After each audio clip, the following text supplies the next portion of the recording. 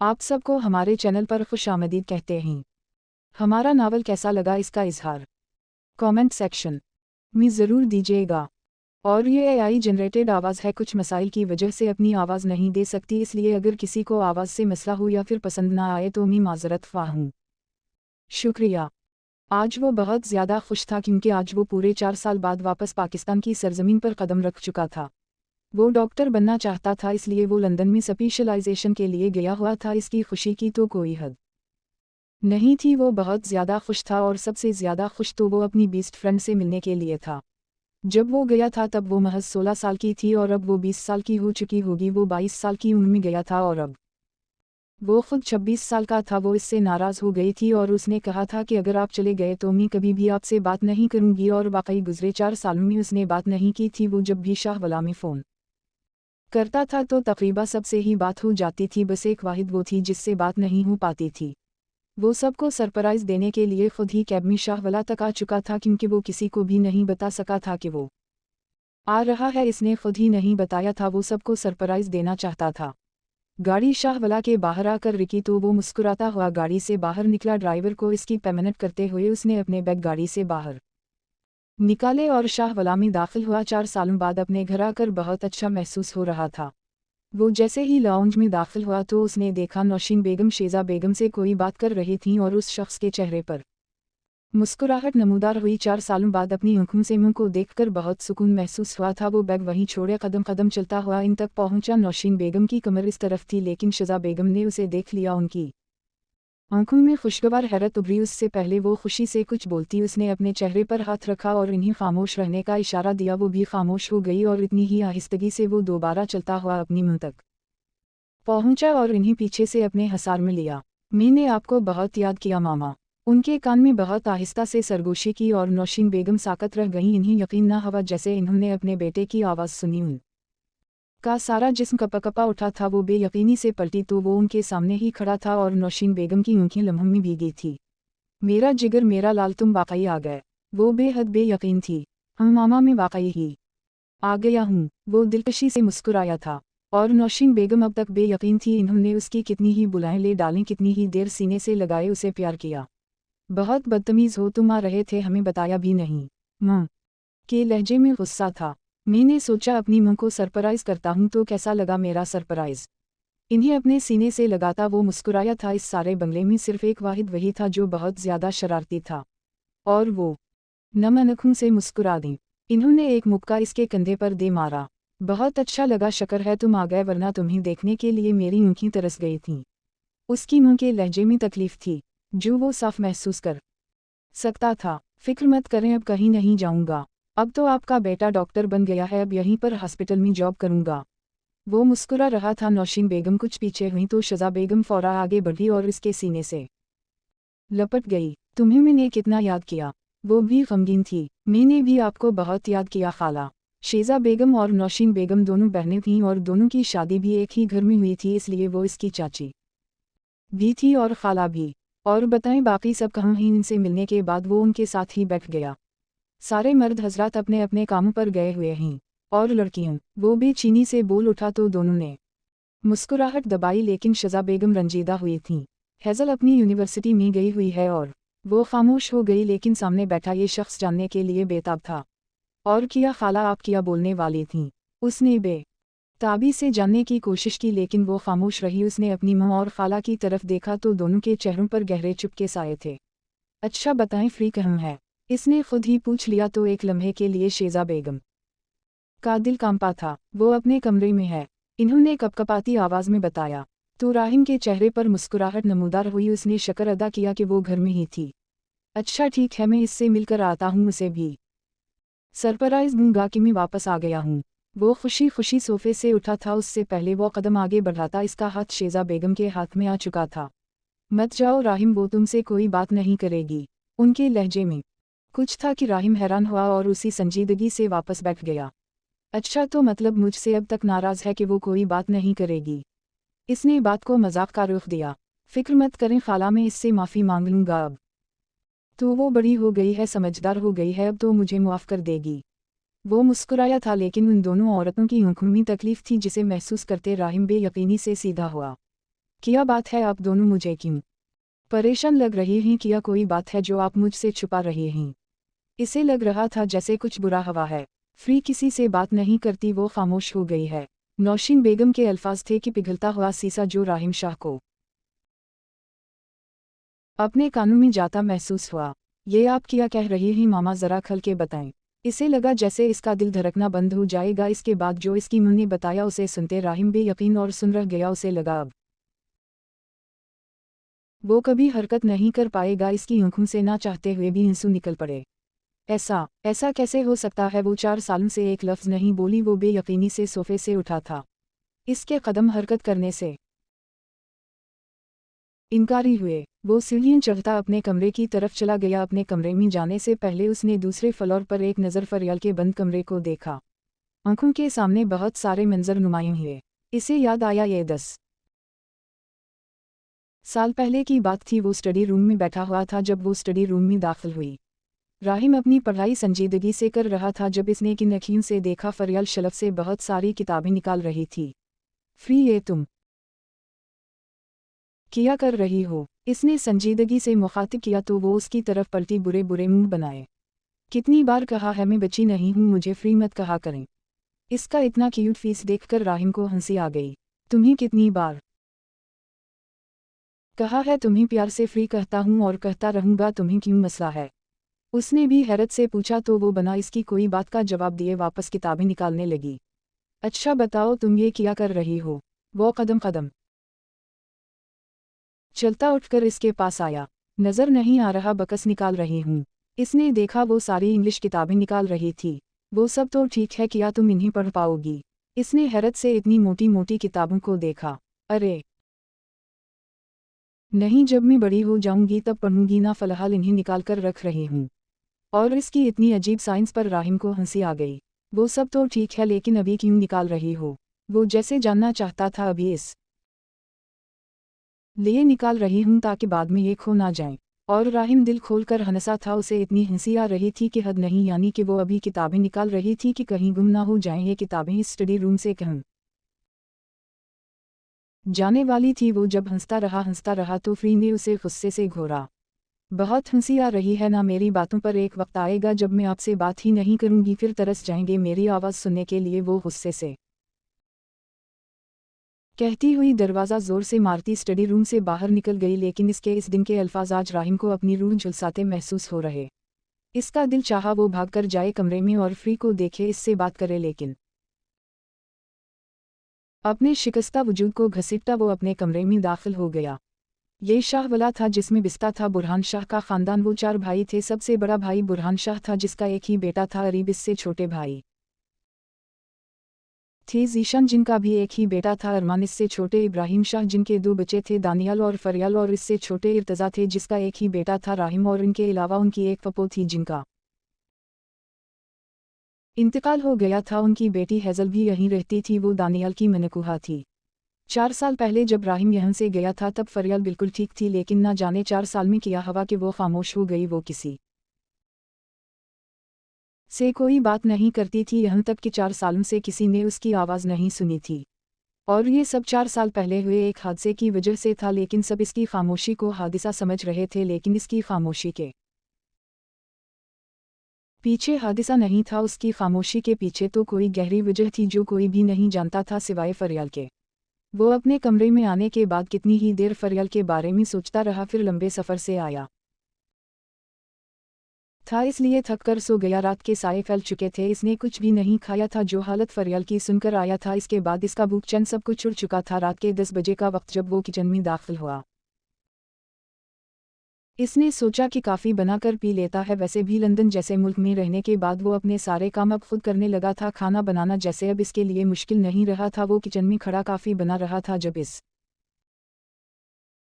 ने देखा कि कोई किचन भी दाखिल हुआ है। राहिम की नज़र इस तक गई। वो जो सरसरी सा देख रहा था, अगले ही पल इसकी निगाहें साकत रह गईं। वो फरियाल थी। इसके लंबे बाल कमर से भी नीचे आ रहे थे, जिनकी ढीली सी चटी कर रखी थी। दोपट्टा गले में डाले उसने फैरूजी रंग की शर्ट और वाइट ट्राउज़र पहन रखा था। वो किचन में राहिम की मौजूदगी से बेखबर जुग से पानी का गिलास भरती अपने ध्यान खड़ी थी जब वो कदम कदम चलता इस तक पहुंचा। फ्री। उसने बहुत मोहब्बत से पुकारा था और वो इसकी पुकार पर इतनी घबराई कि इसके हाथों से गिलास छूटता ज़मीन बोस हुआ। इसकी चीखें निकलती निकलती रह गईं और राहिम ने बहुत गौर से उसका ये रवैया देखा। उसने अपने दोनों हाथ चेहरे पर रखे अपनी चीखों का गला घूंटा था, जैसे वो अपनी आवाज़ को हलक में दबा देना चाहती हो। उसने अपनी आवाज़ को रोक दिया था। बेयकीनी से वो पलटी और पूरे 4 साल बाद राहिम को अपनी आंखों के सामने देखकर वो साकत रह गई। वो पहले से ज्यादा दिलकश हो गया था, और रस्म तो वो 4 साल पहले भी बहुत था। कैसी हो तुम? उसने बेबसी से पूछा था तो फरियाल ने महज सर हिलाने पर इक्तिफा किया। राहिम ने बहुत गौर से इसकी आंखें देखी। इसकी आंखों में कुछ था, कोई तकलीफ, कोई बेबसी। मुझसे बात नहीं करोगी? इसने तकलीफ ज़दा लहजे के साथ पूछा। तो वो एकदम खामोश हो गई। इस बार उसने अपना सर ना में हिलाया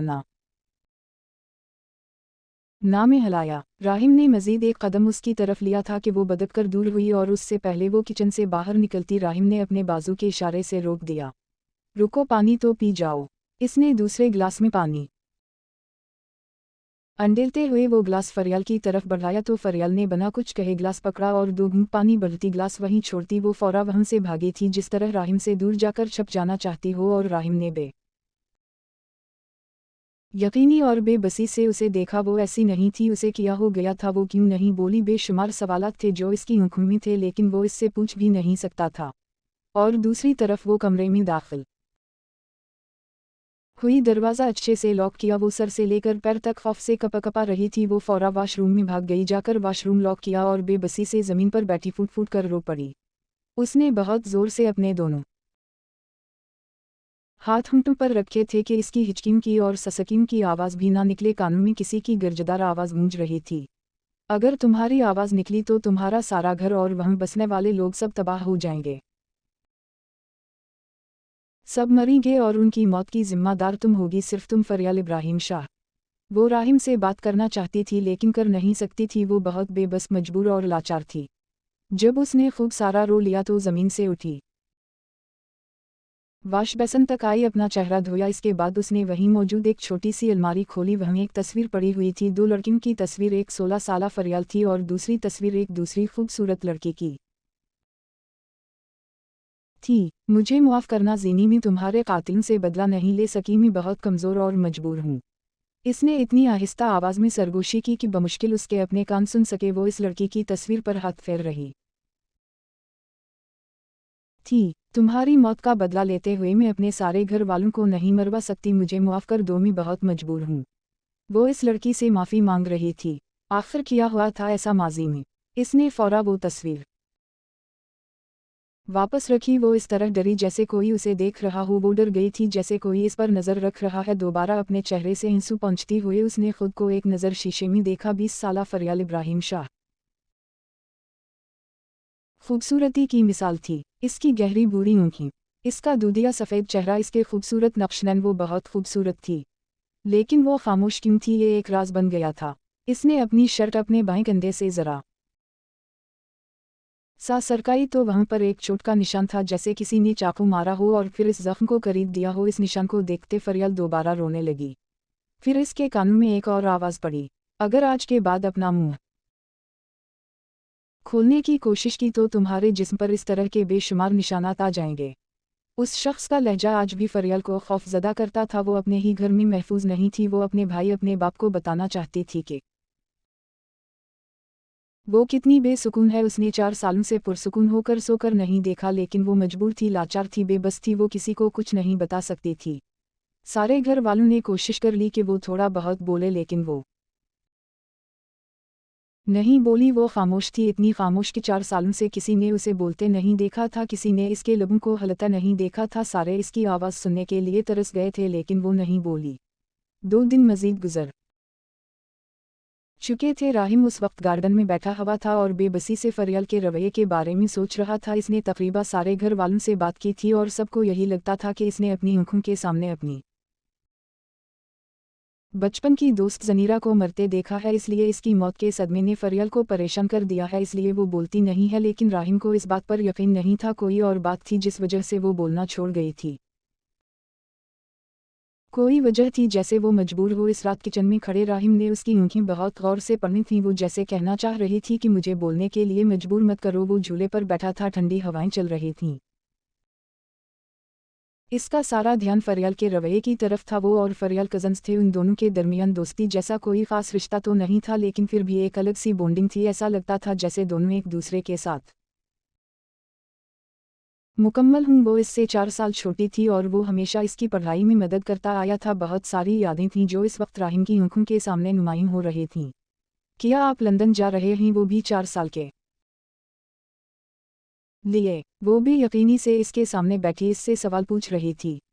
हाँ, बस 4 साल की तो बात है, मैं वापस आ जाऊंगा, राहिम ने पुरसुकून लहजे में जवाब दिया, लेकिन फरियाल की आंखों में नमी चमकी थी। आप चले जाएंगे तो मुझे ट्यूशन कौन देगा? वो जैसे इसके ना जाने की वजह बता रही थी। राहिम मुस्कुराया, अरीब भाई से ले लेना या दानियाल भी है, इसके अलावा अरमान भाई भी हैं, तुम किसी से भी ले सकती हो। मैं कौन सा इस घर में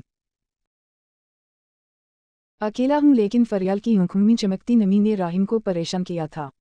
प्लीज़ मत जाएं, वरना मैं आपसे बात नहीं करूंगी अगर आप चले गए। वो अचानक गुस्से में आई थी जिस तरह वो अपना हक जता रही थी, और राहिम जो पैकिंग कर रहा था बस मुस्कुरा उठा। फिक्र मत करो, मैं कह रहा हूँ मैं जल्दी वापस आ जाऊंगा। लेकिन फरियाल इसकी बना कोई बात सुने कमरे से निकल गई। बस इस दिन के बाद से उसने फरियाल की आवाज़ नहीं सुनी थी। वो जो अपने ध्यान लॉन की तरफ चलती हुई चक्कर काट रही थी, चेहरे पर शदीद परेशानी थी। इसका चेहरा वीरान था, दिख के गहरे साए थे। वो हवेली के बुनियादी गार्डन से पिछले गार्डन तक आई और अपने ध्यान वो ज़मीन पर देखती चल रही थी। जब राहिम की नज़र इस पर पड़ी, इसे देखकर ना जाने क्यों अलग तकलीफ हुई थी। आखिर वो कौन सा सच छुपा रही थी? आखिर किया हुआ था? इस दिन वो इसके करीब आ गई थी, लेकिन इसका ध्यान राहिम पर नहीं गया था। राहिम एक लम्हे से पहले झूले से उठा और इस तक पहुंचा। फ्री, मुझे तुमसे बात करनी है। वो जो अपने ध्यान कुछ सोच रही थी, इसकी आवाज़ से एकदम बौखलाई और राहिम ने इसका बौखलाना महसूस किया। उसने लम्हों में अपने दोनों हाथ चेहरे पर रखे अपनी चीख का गला घूंटा था और राहिम समझ ना सका आखिर वो क्यों अपनी आवाज़ को हलक में दबा रही थी। वो 2 कदम पीछे हो गई और अब आंखों में खौफ लिए राहिम को देख रही थी। रेलिकस, ये मैं क्या हो गया है? तुम क्यों परेशान हो रही हो? मुझे तुमसे कुछ बात करनी है। वो दोबारा उसकी तरफ बढ़ने लगा, लेकिन वो नफीमी सर हिलाती पीछे हुई। फ्री, इसने तड़पते हुए पुकारा था, क्या तुम मुझसे बात नहीं करना चाहती? इसने सवाल पूछ लिया और फरियाल का सर बेसाख्ता नफी में हिला। लेकिन कोई वजह तो होगी, मुझे वजह तो बताओ। वो दोबारा उसकी तरफ कदम बढ़ाने लगा तो उसने हाथ के इशारे से दूर रहने का कहा और फिर पलटी और अपने कमरे में भाग गई। किसी ने राहिम मिर्तज़ा शाह के सीने में कोई खंजर घोंपा था। उसे कम से कम फरियाल से इस रवैये की उम्मीद नहीं थी। कोई वजह तो थी। वो बेबसी से खाली लॉन को देखता रह गया। वो अंदर जा चुकी थी। रात के साए फैल रहे थे। वो उस वक्त हॉस्पिटल से वापस आया था। उसे आज काफ़ी रात हो गई थी। 2 दिन पहले ही उसने हॉस्पिटल ज्वाइन कर लिया था। वो जो सीढ़ियाँ चढ़ता हुआ अपने कमरे में जा रहा था, इसने देखा दूसरे फ्लोर पर एक मुलाजिमा खड़ी थी जो फरियाल के कमरे में झांकती हुई कुछ देखने की कोशिश कर रही थी। राहिम की छुट्टी हिस जैसे चूकना हुई थी। वो 1 मिनट से पहले वहां तक पहुंचा। वो देख सकता था मुलाजिमा देखने की कोशिश कर रही थी। फरियाल कमरे में क्या कर रही है? उसके कमरे का दरवाज़ा हल्का सा खिला था, जिससे नजर आ रहा था वो स्टडी टेबल पर बैठी किसी किताब का मुताला कर रही है। तुम यहाँ क्या कर रही हो? वो काफ़ी गर्जदार आवाज़ में बोला कि मुलाजिमा सहम कर पीछे हटी। वो साहब, मैं तो बस में। वो कुछ बोलने की कोशिश कर रही थी, लेकिन राहिम को देखकर खौफ से बोल नहीं पा रही थी। क्या तुम? राहिम ने अपना गुस्सा काबू किए पूछना चाहा। मैं बस देखने आई थी, बीबी जी को किसी चीज़ की ज़रूरत तो नहीं? इसने जल्दी से बहाना गढ़ा। तुम इसकी आया नहीं हो? वो 20 साल की जवान लड़की है, उसे क्या चाहिए होगा वो खुद ले सकती है। तुम्हें इसकी इतनी फिक्र करने की ज़रूरत नहीं, अब जाओ यहाँ सीन। ये मुट्ठियाँ बीचकर अपना गुस्सा काबू करते उसने मुलाजिमा को वहाँ से भगाया, लेकिन इसका दिमाग इस चीज़ में अटक गया था कि या फरियाल पर घर में नज़र रखी जा रही थी कि या कोई फरियाल पर नज़र रख रहा था। फरियाल बोलती नहीं थी कि या कोई परेशानी थी कि या वो परेशान थी, और इस एक चीज़ ने उसे बहुत ज़्यादा परेशान कर दिया था। वो सारी रात कमरे में चक्कर काटते यही सोचता रहा कि या कोई फरियाल को ब्लैकमेल कर रहा था कि या कोई इसे परेशान कर रहा था। सिर्फ ये 2 सवाल जो इसका सुकून तबाह कर गए थे। अगला दिन हुआ, वो कमरे से बाहर निकला और नीचे आया तो उसे नीचे लाउंज में ही फरियल बैठी दिखाई दी। उसने आसपास देखा तो कोई मुलाजिमा नहीं थी। वो इसके पास पहुंचा। मुझे तुमसे कुछ ज़रूरी बात करनी है। अपना मोबाइल उसकी तरफ बढ़ाते हुए इसने ये कहा कि तुम यहाँ टाइप करो। तो फरियल ने मोबाइल पकड़ लिया। आज वो कुछ पुरसुकून नजर आ रही थी। क्या बात करना चाहते हैं मुझसे? इसने टाइप किया और मोबाइल संजीदगी से राहिम की तरफ बढ़ा दिया। मैं चाहता हूँ तुम्हारा मसला हल करूँ। मैं जानता हूँ तुम किसी की धमकी या फिर किसी के प्रेशराइज करने की वजह से बोल नहीं रही। कोई तुम्हें परेशान कर रहा है और कोई तुम पर घर में नज़र भी रख रहा है। मैं सब जानता हूँ। अब ये बताओ कि मुझसे अपना मसला शेयर करना चाहती हो या नहीं, क्योंकि मैं तुम्हें इस तकलीफ से बाहर निकालना चाहता हूँ। वो काफ़ी संजीदा था। फरियाल की आंखें लम्हों में भीगी थीं। मैं सिर्फ एक ही शर्त पर आपको सारी बात बताऊंगी। इसने मोबाइल राहिम की तरफ बढ़ाया तो राहिम ने पढ़ा, तुम्हारी हर शर्त मंजूर है। वो फौरा बोल उठा। वो साथ साथ देख रहा था। मुलाजिमा दूर खड़ी उन पर नज़र रख रही थी, लेकिन मुलाजिमा ये ना जान सकी कि राहिम क्या बात कर रहा था, क्योंकि वो दोनों टाइपिंग कर रहे थे। पहले आपको एक यतीम खाना बनाकर देना होगा जहाँ पर ये यतीम बच्चे रहेंगे। इसके बाद में आपको सारी सच्चाई बताऊंगी। इसने मोबाइल राहिम की तरफ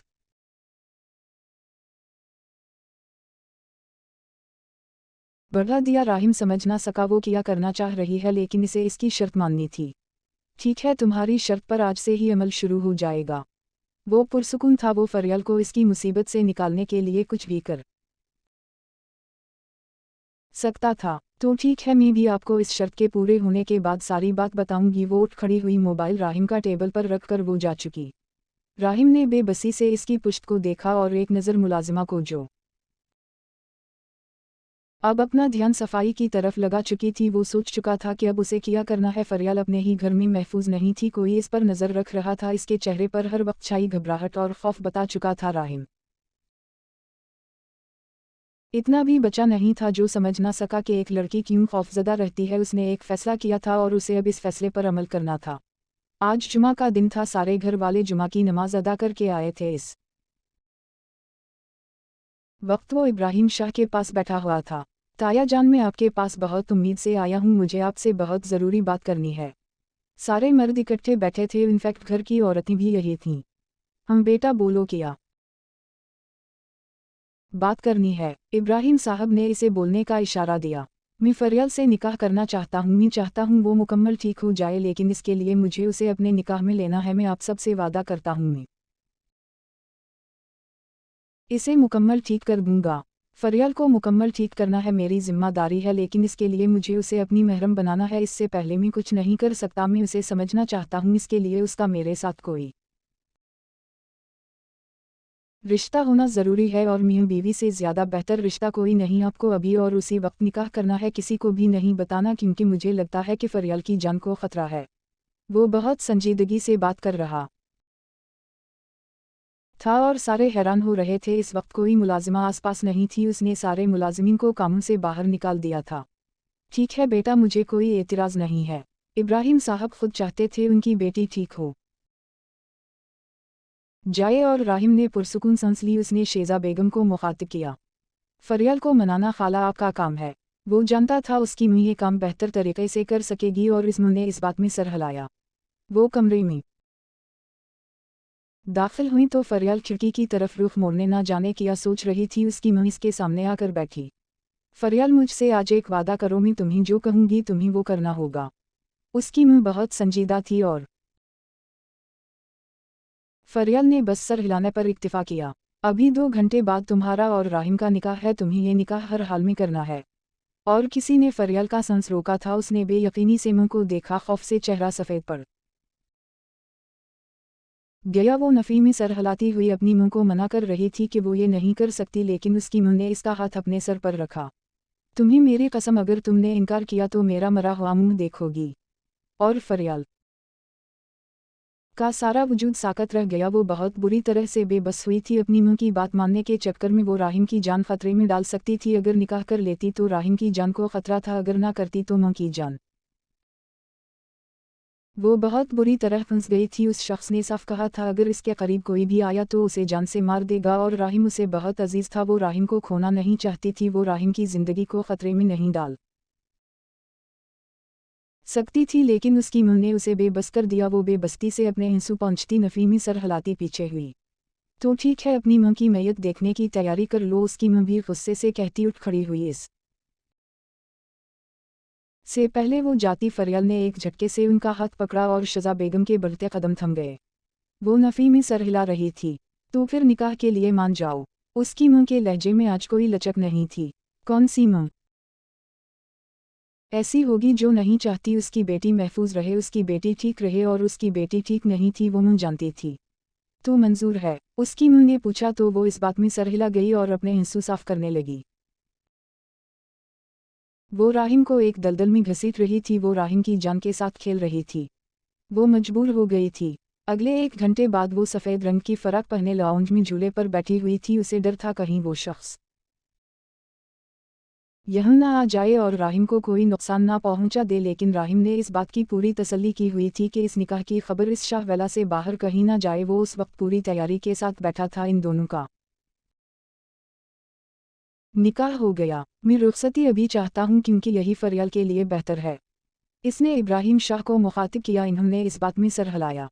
दानियाल ने इसके कंधे पर हाथ रखा। मैं चाहता हूँ मेरी बहन पहले की तरह हंसे खेले बोले, और ये सिर्फ तुम ही कर सकते हो। इसे उम्मीद थी राहिम उसे इस टरूमा से बाहर निकाल लाएगा, लेकिन कौन जानता था कि ये टरूमा नहीं है, ये तो खौफ में लिपटी एक लड़की है। फरियाल का सारा वजूद कपकपा रहा था। उसे सिर्फ राहिम की जान की फिक्र थी। वो बेयकीनी से सारे घर वालों को देख रही थी जो बहुत पुरसुकून थे। अगर वो यहाँ आ गया और उसने राम को नुकसान पहुंचाया तो वो राहिम की बीवी बन चुकी थी। सारे आहिस्ता आहिस्ता उठते हुए अपने अपने कामों में लग गए। फरियाल बस डरती घबराती आसपास देख रही थी कि कहीं इस मुलाजिमा ने तो नहीं देखा, लेकिन राहिम पहले ही इस मुलाजिमा का बंदोबस्त किए यहाँ से भेज चुका था। राहिम इसकी हर एक हरकत को नोट कर रहा था। इसने आहिस्ता से फरियाल का हाथ पकड़ा और फरियाल ने बेयकीनी से अपना हाथ इसके हाथ में देखा। कमरे में चलते ही वहीं जाकर सुकून से बात करेंगे, उससे पहले खाना खा लो।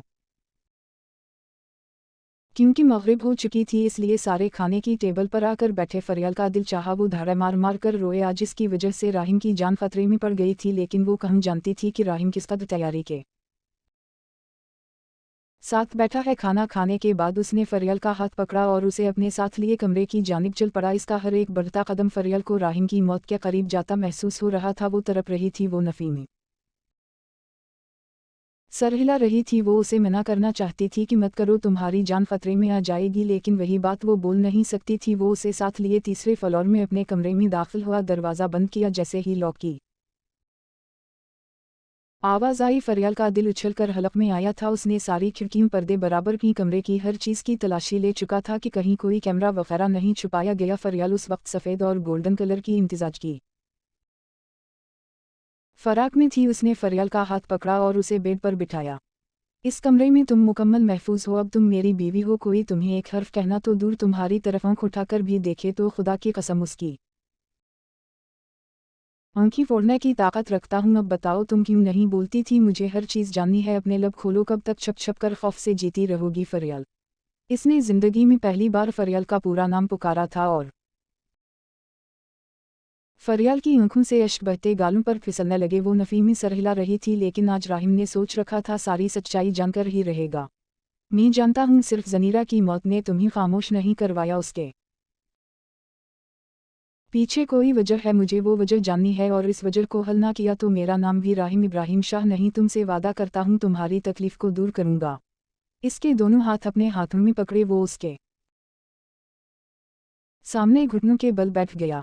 मुझ पर यकीन नहीं फरियाल? एक बार फिर इसने फरियाल कहा था, और इसका फरियाल कहना फरियाल के दिल के सारे तार छेड़ रहा था। मेरा नाम लो, बोलो फरियाल। वो उसे बोलने के लिए उकसा रहा था। यहाँ तुम्हें कोई कुछ नहीं कहेगा, मैं हूँ तुम्हारी ढाल, आखिर क्यों नहीं बोल रही? वो बस रो रही थी। ठीक है, नहीं बोलना मत बोलो, लेकिन खल कर रो। तुम्हारी रोने की आवाज़ मेरे कानों तक आनी चाहिए। तुम्हारी ससकियाँ इस कमरे में गौनजनी चाहिए। वो जानता था फरियाल अपनी ससकियां दबा लेती है, लेकिन फरियाल ने दोनों हाथ बहुत मजबूती से होंठों पर रखे हुए थे। राहिम ने 10 मिनट तक इसकी आवाज़ का इंतज़ार किया। रो क्यों नहीं रही? समझ नहीं आ रही, मुझे तुम्हारी आवाज़ आनी चाहिए। वो वहशतज़दा लहजे में चीखा था और फरियाल लम्हों में खौफज़दा हुई थी। ज़िंदगी में पहली बार उसे राहिम से खौफ महसूस हुआ था। वो रोने लगी, आहिस्ता आहिस्ता उस की ससकियां कमरे में गूंजने लगी। वो खलकर रोई थी। राहिम ने कुछ नहीं कहा, बस इसे खलकर रोने दिया। इसकी हिचकियां ससकियां कमरे की दीवारों से टकराती हुई बस राहिम के कानों में पड़ रही थी। मेरा नाम लो। जब वो रोकर थक गई तो राहिम ने जैसे हुक्म सुनाया। वो नफीमी सर हिला रही थी। मैंने कहा मेरा नाम लो, फरियाल राहिम शाह। जिंदगी में पहली बार वो फरियाल राहिम शाह के नाम से पुकारी गई थी, क्योंकि अब यही इसकी पहचान थी।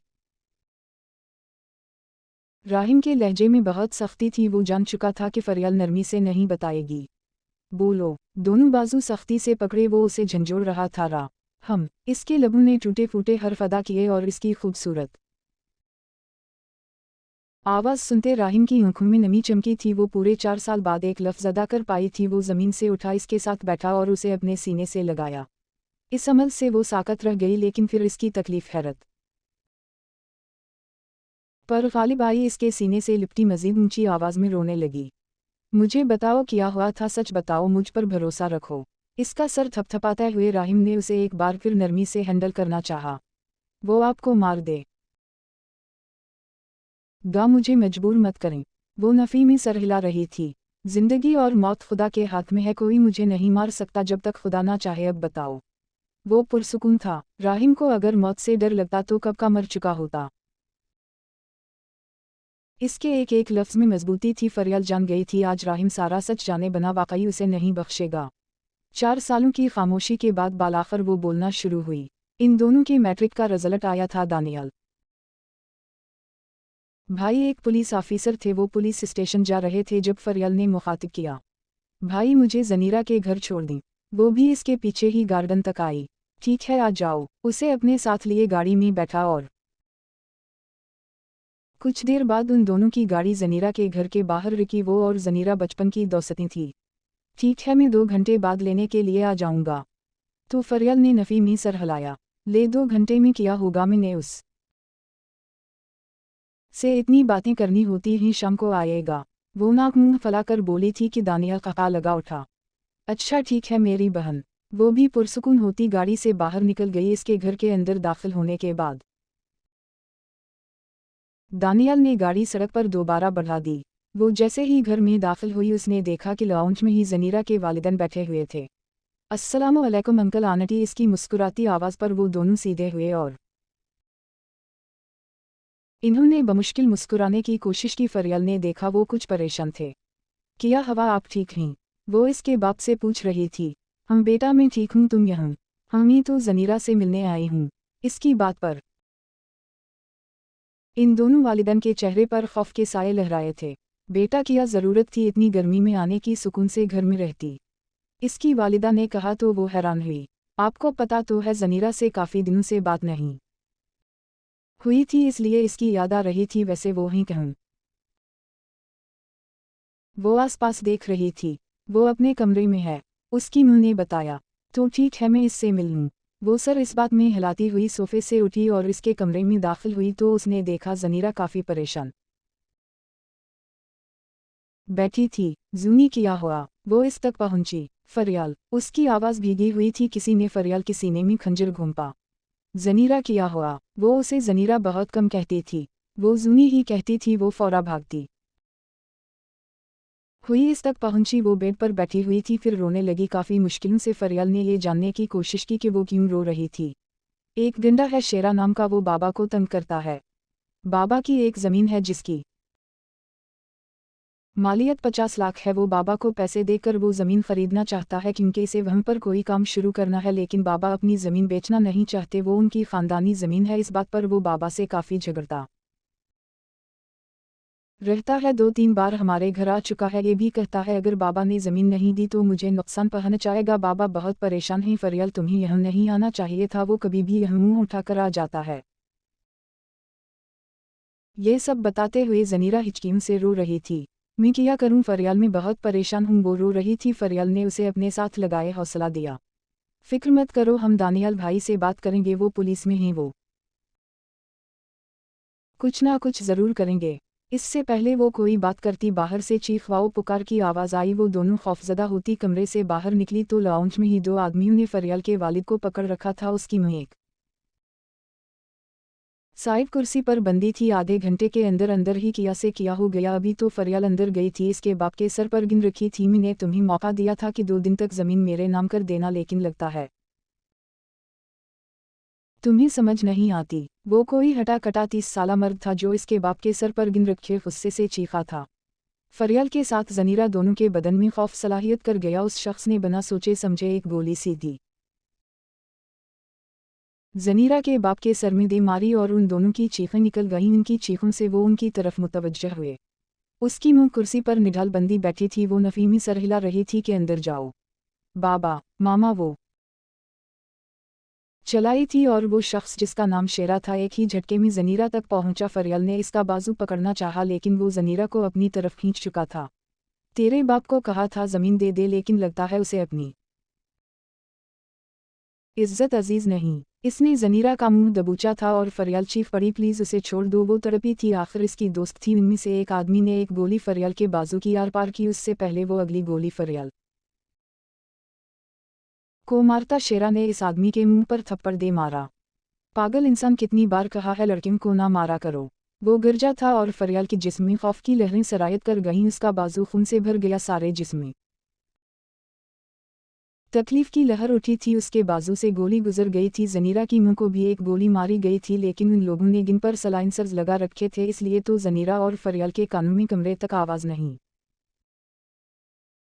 गई। प्लीज़ मेरी दोस्त को छोड़ दो, वो तड़पी थी। तो शेरा ने एक झटके से पहले फरियाल का मुंह दबोचा। मैंने ज़िंदगी में बहुत हुस्न देखा, लेकिन तुमसे ज़्यादा हसीन लड़की कहीं नहीं देखी। फिक्र मत करो, तुम्हारा नंबर भी आएगा, लेकिन इसके लिए तुम्हें इंतज़ार करना होगा। वो इसका मुंह दबोचे गिराया था और फरियाल के दिमाग में धमाके हो रहे थे। उसने एक झटके से पहले ज़नीरा को ज़मीन बोस किया और अगले ही लम्हे वो ज़मीन इसके ऊपर हावी हवा था। ज़नीरा तड़पी थी और फरियाल ने इतना भयानक मंजर अपनी आंखों से देखा था। वो सफ़ाक इंसान इसकी आंखों के सामने इसकी दोस्त के वजूद को बेमोल कर रहा था। फरियाल की आंखों से आंसू बहते हुए ज़मीन पर गिर रहे थे। वो अपने बाजू पर हाथ रखे ज़मीन पर बैठी थी। ज़नीरा की चीखें इसके कानों में गूंज रही थी, लेकिन वो हरकत नहीं कर पा रही थी क्योंकि इसके कदम ज़मीन जकड़ चुकी थी। उसने एक बार उठने की कोशिश की, लेकिन दोनों आदमियों ने उसे कंधों से पकड़े ज़नीरा से पीछे कर दिया। ज़नीरा का सारा वजूद ज़ख्मी हो चुका था। वो तड़पी थी, ससकी थी। इसकी ससकियों फरियाल ने न सिर्फ सुनी थी बल्कि अपनी आंखों से देखी थी, बेहद सफ़ाकियत के साथ। ज़नीरा को तकलीफ पहुंचाई गई थी। सफ़ाकियत की आखिरी हद थी कि एक दोस्त के सामने इसकी दोस्त को बेआबरू कर दिया गया। एक मरती मुंह के सामने उसकी बेटी को तबाह कर दिया गया। वो मुंह वहीं कहीं दम तोड़ गई। ज़नीरा का बे जान जिस्म तड़प रहा था। फरियाल ने बहुत मुश्किलों से खुद को हरकत देते इस तक किया, जूनी जूनी आंखें खोलो ना। वो तड़प कर उसे पुकार रही थी, फ्री। वो कुछ कहने की कोशिश कर रही थी, लेकिन कह ना पाई और इसका जिस्म वहीं का वहीं साकत रह गया और फरियाल तड़प उठी थी। उसके बेजान जिस्म में जैसे किसी ने आग लगा दी। जूनी प्लीज़ आंखें खोलो, खुदा के वास्ते। फरियाल इसे झंझोड़ कर उठाने की कोशिश की, लेकिन ज़नीरा मर चुकी थी। वो इतनी वहशत कहाँ बर्दाश्त कर सकती थी। महज एक 16 साल की लड़की थी। मैं तुम्हारा बदला लूंगी। फरियाल ज़ख्मी शर्मी की मानिंद गराई थी। उससे पहले वो अगला लफ्ज़ अदा करती, एक लम्हे से पहले शेरा ने इसका मुंह दबोचा। अच्छा तो तुम बदला लोगी। वो इसके चेहरे पर इतनी वहशत से गिराया था कि फरियाल खौफजदा होती अंदर तक कांप गई। एक बात याद रखना फरियाल इब्राहिम शाह, अगर तुम्हारी ये ज़बान खली तो उसी दिन तुम्हारे माँ बाप के साथ साथ पूरे शाह मिला का नाम वाओ निशान मिटा दूंगा। इसके कान के पास झकते हुए गिराया था और फरियाल का सारा वजूद बर्फ हो गया। अगर तुम्हें लगता है कि मैं तुम्हारे बारे में कुछ नहीं जानता तो तुम्हारी गलतफहमी है। एक माह पहले अगर तुम्हें याद हो तो तुम इस घर से निकल रही थी जब मैंने तुम्हें देखा था, और इस नज़र में ही तुम मुझे बहुत अच्छी लगी थी। उसी दिन तुम्हारी सारी इन्फॉर्मेशन निकलवा ली थी। तुम्हारा एक भाई बिजनेसमैन है, दूसरा वकील है, तीसरा पुलिस वाला है और चौथा जो लंदन गया हुआ है। इसके अलावा तुम्हारी एक कज़िन भी है जो यूनिवर्सिटी में पढ़ रही है। गालिबन तुम्हारे इस पुलिस वाले भाई की मनकूहा है। अगर उन सब की जान अजीज है तो याद रखना, अगर तुमने अपना मुंह खोला तो उसी दिन उन सबको मारूंगा, सबसे पहले उसे जो दयार खैर में आबाद है। वो राहिम की बात कर रहा था और किसी ने फरियाल का वजूद जंजीर कर दिया। आज के बाद तुम्हारी आवाज़ नहीं निकलनी चाहिए, ये समझो तुम गूंगी हो। अगर तुमने एक लफ्ज़ भी अपनी ज़बान से अदा किया तो अपने सारे घर वालों की जान अपनी आंखों के सामने जाती देखोगी। अभी तो सिर्फ अपनी दोस्त और उसके माँ बाप को मरते देखा है, समझ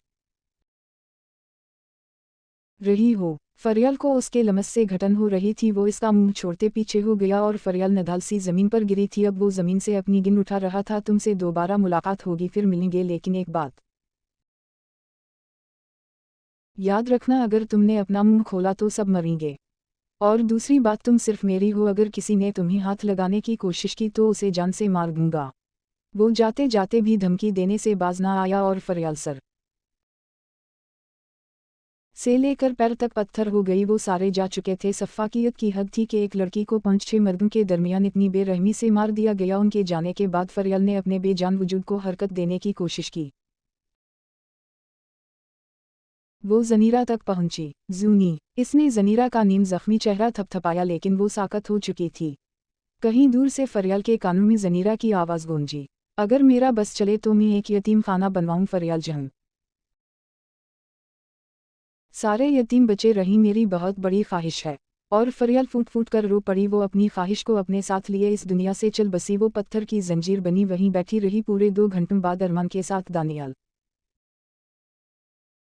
घर में दाखिल हुए। वो कितनी ही देर से फरियाल का इंतज़ार कर रहे थे। इन्होंने तो जनीरा के घर पर काफ़ी बाल कॉल भी की, लेकिन किसी ने नंबर नहीं उठाया। लाउंज की हालत देखकर वो हैरान रह गए। एक तरफ जनीरा के बाप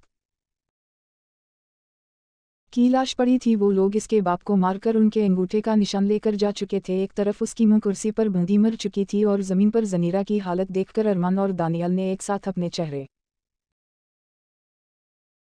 पीछे मोड़ लिए। वो नीम बरहना हालत में थी। किसी ने उन दोनों मर्दों के सीने में खंजर मारा था। वो दोनों खुद पर काबू पाते हुए फरियाल की तरफ मुतवज्जह हुए। दानियाल फौरा इस तक पहुंचा था। फरियाल मेरी जान, उसने फरियाल का गाल थपथपाया, लेकिन फरियाल की निगाहें साकत थी। अरमान ने जल्दी से आसपास कोई चादर वगैरह ढूंढी। सोफे तक पहुंचकर चादर उठाकर उसने जनीरा के नीम बरहना वजूद पर वो चादर ओढ़ दी। फरियाल एक लम्हे से पहले बेहोश हुई थी और अरमान उसे पुकार रहा था। फिर वो दोनों फौरा फरियाल को लेकर हॉस्पिटल पहुंचे। पूरे 2 दिन फरियाल हॉस्पिटल में ही रही। जनीरा और इसके वालिदैन की तदफीन की जा चुकी थी। अरमान और दानियाल ने जो हालत देखी थी, इसके बाद वो दोनों अहद कर चुके थे कि जनीरा के साथ हुए इस जुल्म का बदला ज़रूर लेंगे। फरियाल पूरे 2 दिन बाद हॉस्पिटल से डिस्चार्ज होकर घर आई थी। सब ने इससे पूछने की कोशिश की कि क्या हवा, लेकिन वो नहीं बोली। सारे घर वालों ने आजमा लिया, लेकिन वो नहीं बोली। एक बार उसने बोलने की कोशिश की थी। इसे लगा कि घर के अंदर किसी को नहीं पता चलेगा अगर वो अपने घर वालों को बता देगी, लेकिन अचानक ही उसके सामने एक मुलाजिमा आ गई। शेरा की नज़र तुम पर हर वक्त है फरियाल शाह। मुलाजिमा ने सिर्फ एक लाइन कही थी और इसके अल्फाज फरियाल पर बिजली बनकर गिरे थे। वो इस पर नज़र रख रहा था। उसी रात जब वो कमरे में दाखिल हुई तो वो इसके कमरे में मौजूद था। मैंने कहा था तुम्हें अपना मुंह खोलने की सोचना भी मत, लेकिन तुमने ऐसा सोचकर मुझे गुस्सा दिलाया। इसके एक हाथ में चाकू था। उसने फरियाल के बाएं कंधे पर वो चाकू फेर दिया और फरियाल के बाएं कंधे पर एक जख्म बन गया। उन 4 सालों में वो वक्फे वक्फे से फरियाल को खौफजदा करने इसके कमरे में आता था। वो बालकनी के जरिए आता था, किसी को पता नहीं चलता था और फरियाल जान गई थी इस घर के मुलाजिमीन इसके साथ मिले हुए ही ना जाने कितने मुलाजिमों को उसने पैसे दे रखे थे। वो जब भी आता था फरियाल को खौफजदा करता था। इसके साथ उसके जख्म को दोबारा करीब जाता था ताकि वो तकलीफ में रहे, तड़पे और याद रहे कि शेरा की नज़र 24 घंटे इस पर है। वो हिचकियों के साथ रो रही थी और राहिम की आंखें सुर्ख अंगारा हो गई। इसका सारा जिस्म कपा रहा था और राहिम ने उसे अपने सीने में जोर से भैंच लिया। फिक्र मत करो, जनीरा के साथ हुए जुल्म का मैं बदला लूंगा। वो पूरी शिद्दत से अहद कर चुका था, लेकिन फरियाल का सारा जिस्म कपा उठा। हरगिज़ नहीं, आप ऐसा कुछ नहीं करेंगे, वो आपको मार देगा। वो डरती खौफजदा होती घबराई थी और राहिम को गुस्सा आया। तुम्हें शर्म आनी चाहिए, अपने शौहर को एक गैर मर्द से डरा रही हूँ। मैं तुम्हारा शौहर हूँ, समझ आई। वो उसे बहुत कुछ बावर करवा रहा था, लेकिन फरियाल कहाँ इसकी सुन रही थी। वो नफीमी सर हिला रही थी। मैं आपको मरते नहीं देख सकती क्योंकि मैं आपसे। इससे पहले वो अगला लफ्ज़ अदा करती वो जैसे होश में आई थी और एकदम खामोश हो गई। राहिम ने बहुत गौर से उसका चेहरा देखा जो अपने हिंसू पहुंचती अपनी घबराहट पर काबू पाती हुई इससे दूर हो गई थी। किया मुझसे? वो जानना चाहता था कि वो किया कहने वाली थी। फरियाल तुमसे बात कर रहा हूँ, बताओ किया मुझसे। फरियाल का बाजू पकड़े उसे अपनी तरफ किए वो दोबारा गुस्से से चीखा था, क्योंकि मोहब्बत करती हूँ आपसे। वो भी उसी ताकत से चलाई थी और राहिम के चेहरे पर पहले हैरत और फिर खुशगवार मुस्कुराहट बिखरी। और फरियाल सरत से अपना चेहरा मोड़े अब फूट फूट कर रो पड़ी। वो कभी भी उस शख्स के सामने इजहार नहीं करना चाहती थी, लेकिन किया करती वो अपनी जान खतरे में डाल चुका था। राहिम ने दोबारा इसका चेहरा अपनी तरफ मोड़ते उसे अपनी सीने से लगाया। अगर मोहब्बत करने का जज्बा रखती हो तो इस का इजहार भी ढंके की चोट पर करना सीखो, जैसे मैं करता हूँ कि हम मुझे तुमसे मोहब्बत है। फरियाल शाह, इतनी मोहब्बत कि मैं उस शख्स की जान भी ले सकता हूँ जिसने तुम्हें तकलीफ पहुँचाई है, और अब मैं ऐसा ही करूँगा। वो खुद से अहद करता हुआ एक लम्हे से पहले बेड से उठा था। चलो उठो, संजीदगी से कहते उसने फरियाल का बाजू पकड़ा। आप क्या करने वाले हैं? वो परेशान हुई थी। बस देखती जाओ अब मैं क्या करता हूँ। फरियाल हरगिज ना समझ सकी वो क्या करने की कोशिश कर रहा था। वो इसका हाथ पकड़े अपने साथ कमरे से बाहर निकला और फरियाल के कमरे के बाहर पहुंचकर रुक गया। अपने कमरे में जाओ और अपना लिबास चेंज कर लो, बस जो कुछ होगा मुझ पर छोड़ दो। वो पहलियों में बातें कर रहा था और फरियाल कुछ समझ ना सकी। बिना कुछ कहे वो कमरे में चली गई। उसके जाने के बाद उसे अब अपने प्लान पर अमल करना था। उसने आधी रात को सारे घर वालों को जगाया और उस वक्त सारे बुरहान साहब के कमरे में मौजूद थे। वो सारे ख़ानदान को सारी बात बता चुका था और हर शख्स का खून खोल रहा था।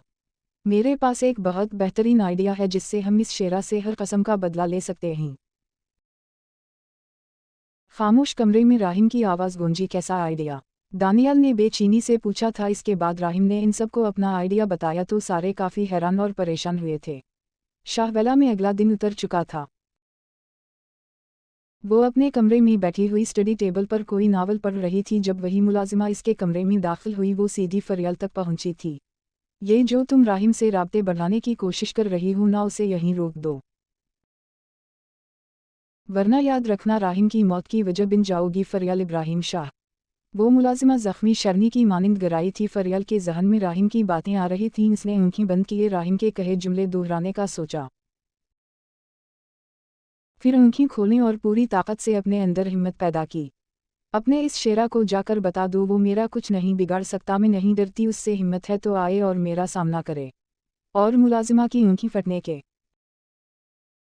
करीब आ गई। उन 4 सालों में पहली बार मुलाजिमा के सामने फरियाल ने अपनी ज़बान खोली थी। वो दोबारा नावल में गुम हो गई और मुलाजिमा फटी फटी निगाहों के साथ फरियाल को देख रही थी। फरियाल सर से लेकर पैर तक बदल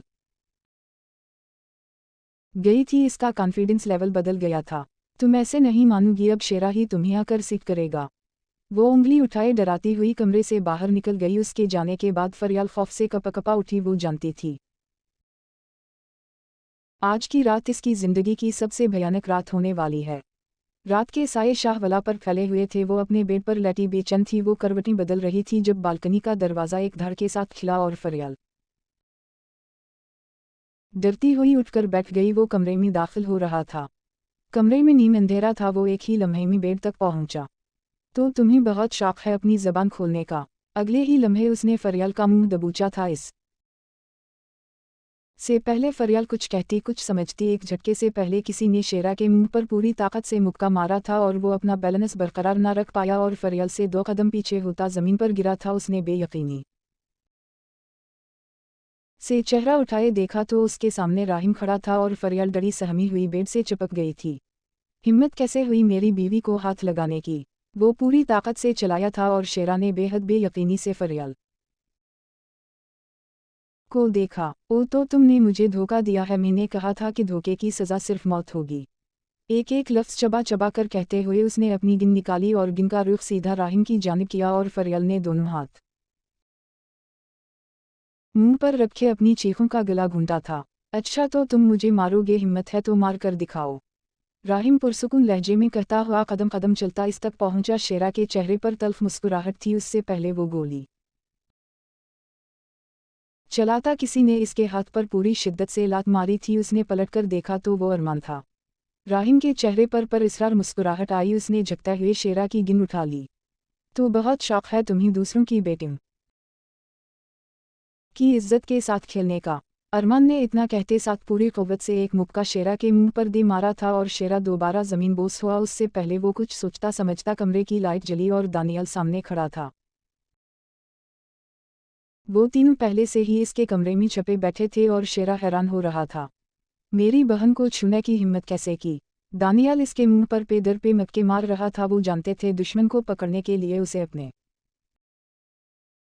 बल में लाना पड़ेगा, इसलिए इन्होंने वो सब कुछ जानबूझकर किया। जानबूझकर मुलाजिमा को गुस्सा दिलाया कि मुलाजिमा ने शेरा को दो चार बातें एक्सेट्रा लगाकर बताएं और शेरा उसे डराने के लिए आया। लेकिन इस बार वो पूरी तैयारी के साथ मौजूद थे। राहिम ने दानियल को बहुत मुश्किलों से पीछे किया था। तुम्हारा बदला बाद में, पहले मेरा बदला होगा। उसने मेरी फ्री को हाथ लगाने की हिम्मत भी कैसे की? तुम्हें किया लगा था तुम हर दूसरी जनीरा की जिंदगी के साथ खेलोगे और ये भाई देखते रह जाएंगे। अरमान एक बार फिर मुक्का इसके मुंह पर दे मारा था। फरियाल खौफ से सिकरी समटी बेड के साथ चमटी हुई थी। क्या ख्याल है पुलिस के हवाले करें या आपस में ही नपटा ले? राहिम ने मुस्कुराहट के साथ अरमान से कहा तो दानियल इन दोनों को घूर कर रह गया। शेरा का सारा चेहरा नीलो नील और जख्मी हो चुका था। वो इस बार अकेला आया था और वो तीनों थे और शेरा बहुत बुरी तरह से उन के शिकंजे में आया था। मेरे ख्याल से पुलिस को अनवालू करने की ज़रूरत नहीं है। राहिम की बात पर अरमान ने नफ़ी में सर हिलाया। अरे यार कैसी बातें कर रहे हो, पुलिस तो पहले से अनवालू है। इसने किन अखियों से दानियल की जानिब इशारा किया। ओहो ये पुलिस नहीं है, उस वक्त ये सिर्फ एक भाई है। तो क्या ख्याल है पहली गोली कौन मारेगा? राहिम ने गिन उन दोनों के सामने की। अरमान ने हाथ उठा दिए। भाई मैं तो एक बिजनेसमैन हूँ, ये गोलियों से खेलने का मुझे शौक नहीं, तुम दोनों जानो। इतना कहते साथ वो एक साइड पर खड़ा हो गया तो राहिम और दानियल दोनों की नज़र टकराएं। पहला मेरा हक है, वो मेरी बहन है। दानियल ने राहिम को घोरा। हरगिज़ नहीं, पहला हक मेरा है, वो मेरी बीवी है। वो दोनों इस बात पर ही झगड़ रहे थे। फरियाल बेबसी से अपना सर पकड़कर बैठ गई। ठीक है तुम सिर्फ एक मारोगे, बाकी पंख में।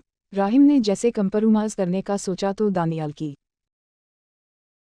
आंखें चमकी थी। वो आगे बढ़ा और शेरा की गनन पकड़े। एक गोली शेरा के फेफड़ों में मारी कि शेरा की चीखें कमरे में गूंज उठी।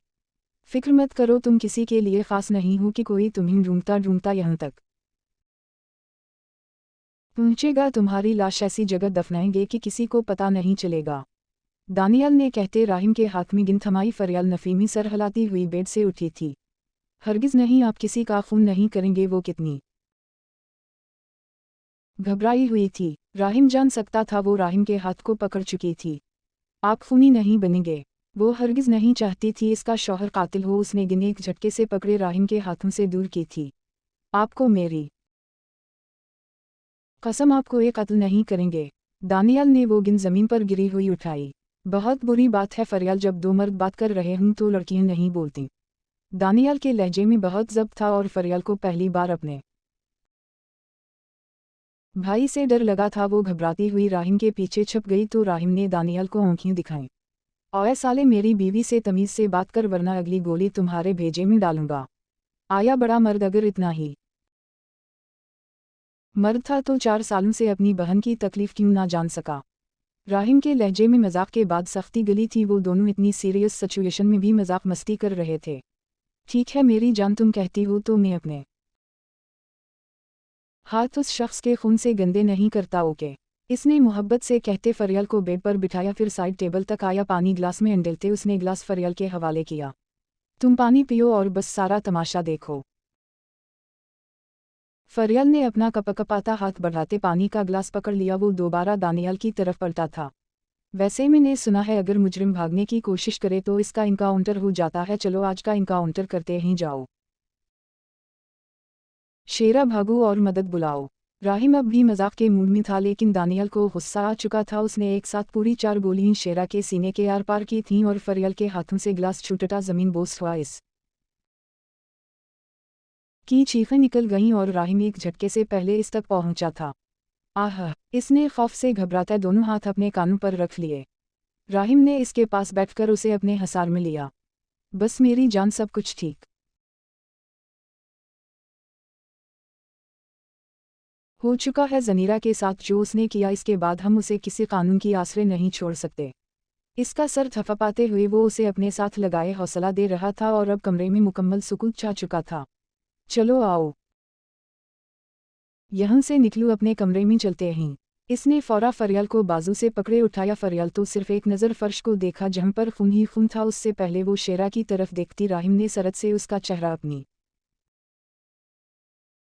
तरफ मोड़ दिया। मत देखो, तुम नहीं देख पाओगी। वो जानता था ये कितना भयानक नज़ारा होगा। 4 साल पहले जितना भयानक नज़ारा देखा था इससे ज़्यादा नहीं होगा। फरियाल तल्फी से बुड़बड़ाई थी जो राहिम सुन चुका था। उसने शेरा को देखने की कोशिश नहीं की, बस वो इसलिए साथ कमरे से बाहर निकल गया और अब दानियाल और अरमान मिलकर इस कमरे का किया गया हश्र साफ करने वाले थे। जब जुल्म हद से बढ़ जाए तो फिर जालिम के साथ जुल्म ही करना पड़ता है। उसने एक मासूम 16 साला बच्ची को तकलीफ दी थी तो फिर इन तीनों ने भी उसे वही तकलीफ दी। फरियाल आहिस्ता आहिस्ता नॉर्मल हुई थी। उसे बहुत वक्त लगा था इस नुकसान से उभरने में। उस वक्त वो राहिम के साथ खड़ी थी और भी यकीनी से इस इमारत को देख रही थी जहाँ पर ज़नीरा वेलफेयर होम लिखा हुआ था। उसने आज अपनी दोस्त का ख्वाब पूरा कर दिया था। ये बच्चों का यतीम खाना था। वो बहुत खुश थी। राहिम ने उसकी ख्वाहिश का एहतराम किया था। मैंने आज जूनी की ख्वाहिश पूरी कर दी। इसकी रूह को कितना सुकून मिला होगा। राहिम ने इसका हाथ पकड़ रखा था और इसके हाथ पर गिरफ्त मजबूत करती वो नम लहजे में कह रही थी, खुदा इसकी रूह को हमेशा सुकून ही दे। राहिम ने संजीदगी से कहते हुए इस बहुत बड़ी इमारत को देखा। ये उसने खुद तैयार करवाई थी। अंदर चलें, इसने फरियाल को कंधों से पकड़े पूछा तो फरियाल ने नम आंखों से मुस्कुराते इस बात में सर हिलाया तो वो दोनों अंदर दाखिल हुए। राहिम ने उसे बहुत अच्छे तरीके से डेकोरेट किया था कि फरियाल इम्प्रेस हुए भी ना रह सकी। इनकी ज़िंदगी से अब शेरा बहुत दूर जा चुका था, लेकिन ज़नीरा की मौत की तकलीफ फरियाल सारी ज़िंदगी नहीं भुला सकती थी। कुछ ज़ख्म इंसान को कभी नहीं भूलते। कुछ ज़ख्म ऐसे होते हैं जिनसे इंसान कभी भी हेल नहीं हो पाता, जो वक्त के साथ साथ पुराने हो जाते हैं, लेकिन उनकी तकलीफ और उनके निशान वजूद पर रहते हैं। राहिम की मोहब्बत ने फरियाल को इतने बड़े टरूमा से बाहर निकाला था। बेशक बेहतरीन है वो मर्द जो अपने घर की औरतों की हिफाजत करना जानता हो। ख़त्म शद।